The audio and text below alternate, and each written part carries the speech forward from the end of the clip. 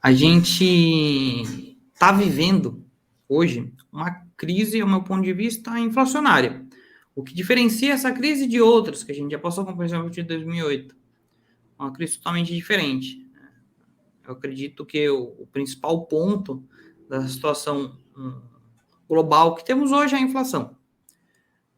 E pelo que a gente está conversando aqui até agora, culpa dessa inflação é a impressão de dinheiro, ou melhor, a maior parte da culpa dessa inflação é a impressão de dinheiro que aconteceu no período pré-pandemia, durante a pandemia, e antes do aumento da taxa de juros. E o aumento da taxa de juros em 2022 veio para tentar conter essa inflação.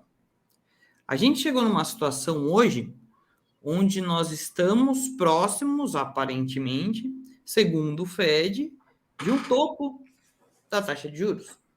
A gente pode aumentar um pouco mais, mas estamos, como o próprio Fred diz, né, estamos numa região próximo do ideal ali, que deve se manter por um tempo, e lá na frente a gente pensar em abaixar.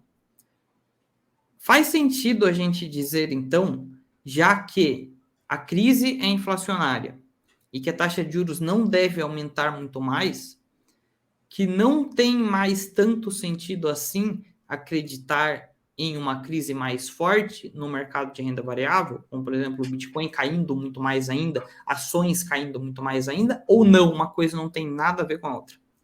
Vamos lá. Realmente o Fed está muito próximo de parar de subir a taxa de juros. A grande crise inflacionária foi no ano passado, que foi a junção de dois tipos de inflação, a inflação de demanda e a inflação de oferta, ou de custos. A inflação de demanda é quando a economia está tão aquecida que as pessoas estão comprando tantas coisas que o produtor não consegue dar conta dessa demanda, e aí ele precisa revisar preços para cima. A inflação de custos é quando o custo da estrutura da empresa começa a subir de forma considerável. Então, não só da empresa, mas também o custo do consumidor, né? Então, petróleo mais alto, gás natural mais caro, alimentos mais caros, semicondutores mais caros. Foi uma composição muito complexa de tipos diferentes de inflação. Uhum. No Brasil, nós ainda tivemos a crise hídrica em 2021. 22 as coisas melhoraram bastante nesse quesito, mas aí veio a crise, a guerra entre Rússia e Ucrânia, então o petróleo disparou, gás natural disparou, alimentos dispararam também. 2023 é uma suavização dessa inflação global. As cadeias produtivas, as cadeias de suprimentos melhoraram consideravelmente.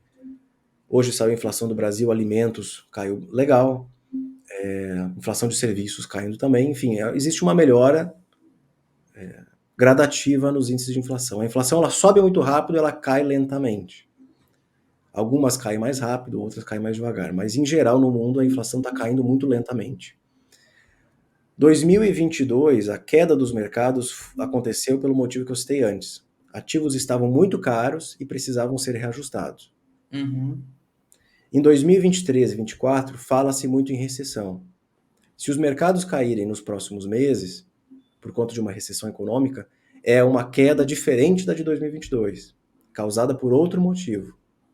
Então vamos lá, 2022, o bear market foi causado por ativos que precisavam ser reajustados, dado uma taxa de juro mais alta. Se uma recessão acontecer em 23 e 24, cujo timing é muito difícil de prever, mas eu tento analisar os indicadores para justamente ter pistas em relação a isso, os mercados podem cair se a atividade econômica americana, por exemplo, cair. Aí é uma crise diferente, entendeu? Seria parecido com 2020, uma Uhum. crise econômica de atividade em contração. E aí o Banco Central vai lá e tenta socorrer as economias cortando taxa de juro, talvez imprimindo dinheiro nos moldes do que foi feito em 2020, mas provavelmente uma proporção muito menor, que Para 2020 não foi um aumentar a absurdo. inflação novamente. Aí acaba causando inflação novamente. A intensidade desses estímulos é o que realmente a gente não sabe, não tem previsão nenhuma, porque vai depender muito do tipo de recessão, como vai acontecer, duração e outras coisas, né?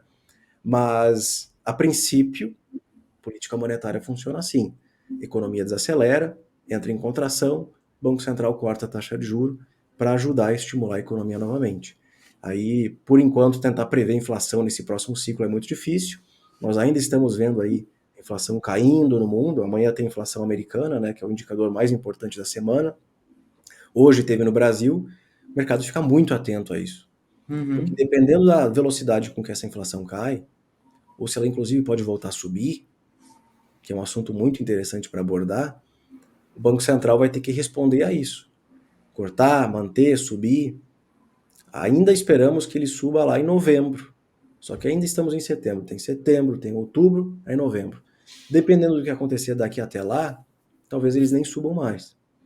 Mas hoje, a gente está tão no fim do túnel agora, que a gente sabe que o túnel está ali na frente, o fim do túnel está ali na frente, né? Já dá para ver aquela claridão. O Fed não vai subir muito mais. O problema é quando no ano passado nós estávamos entrando no túnel e você não enxergava o fim. Quanto que esses caras vão ter que subir a taxa de juros? Até onde ela vai subir? O mercado fica muito mais sensível quando ele está entrando nesse túnel e não quando Uhum. ele está saindo. Normalmente, quando está saindo do túnel, o Fed ainda está subindo o juro, vai subir mais um pouquinho, os mercados tendem a continuar subindo. Eles não acabam caindo de uma hora para outra. O problema é lá no início, quando ninguém tem visão ainda do que vai acontecer. Tanto é que se falava um ano atrás que o juro ia subir a 2,5, 3 e deu, acabou. Está mais próximo de 6 do que de 3. Então, realmente os mercados, é preciso ter uma experiência prévia para entender como mercados reagem a esses fenômenos, né?